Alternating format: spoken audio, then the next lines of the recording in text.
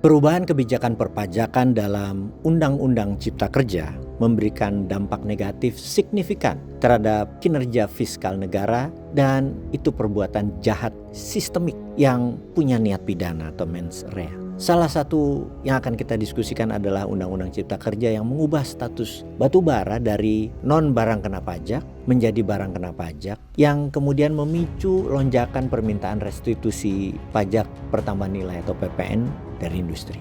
Menkyu Purbaya memperkirakan potensi restitusi PPN batubara yang harus dibayarkan pemerintah itu mencapai 25 triliun rupiah per tahun. Oke, secara akal sehat, harus kita apakan itu pejabat yang merubah kebijakan yang menguntungkan segelintir orang perusak alam itu?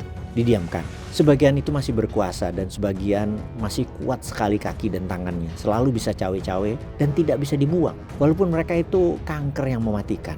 Apakah nunggu mati negara ini karena ulah mereka? Menurut Pak Menkyu Purbaya, kondisi ini membuat komoditas batubara yang seharusnya memberikan dampak positif pada penerimaan negara justru menjadi penghambat. Ia bahkan menilai penerapan kebijakan perpajakan dalam Undang-Undang Cipta Kerja ini seperti pemerintah memberikan subsidi kepada perilaku industri batubara yang sudah meraup untung yang besar. Kalau dihitung-hitung dengan cost-nya segala macam, net income negara dari industri batubara jadi negatif.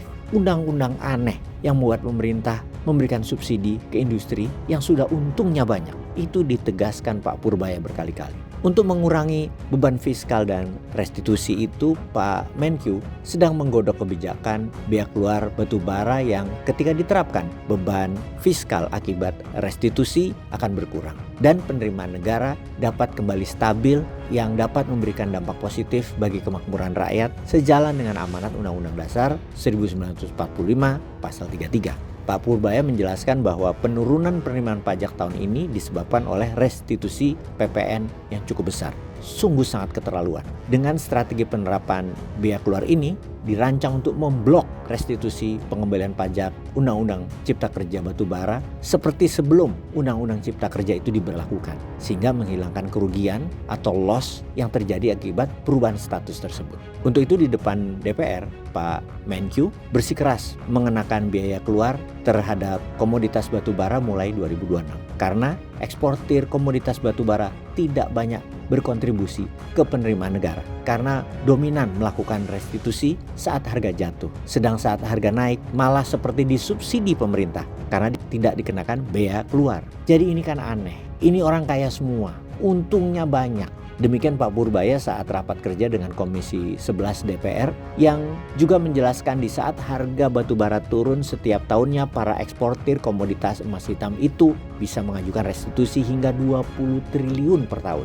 Tren itulah yang menurutnya menyebabkan penerimaan negara merosot dari tahun ke tahun. Inilah mengapa pendapatan pajak negara tahun ini turun karena bayar restitusinya cukup besar. Hanya mengcover loss karena perubahan status pasar global. Kalau dipikir-pikir memang banyak kebijakan yang lalu itu mengambil hak rakyatnya di luar akal sehat. Gak punya hati mereka itu. Herannya mereka itu kok di atas hukum ya. Padahal hal ini terang-terangan merugikan negara. Memang secara prosedur yang mereka lakukan adalah kejahatan berjamaah. Semua pejabat yang di atas itu ikut terlibat. Dan sampai kapan mereka tenang-tenang saja hidupnya saat ini? Kok nggak kena penyakit parah gitu? Kok alam tidak menghukum mereka? Kok malah 2 juta rakyat di Sumatera bagian utara yang terkena getahnya? Sungguh bagaimana sih supaya pejabat jahat itu dapat dihukum setimpal baik di dunia oleh keadilan hukum atau oleh alam dengan penyakit kayak atau apa gitu? Ada yang bisa menjelaskan nggak? Saya butuh pencerahan nih. Peace.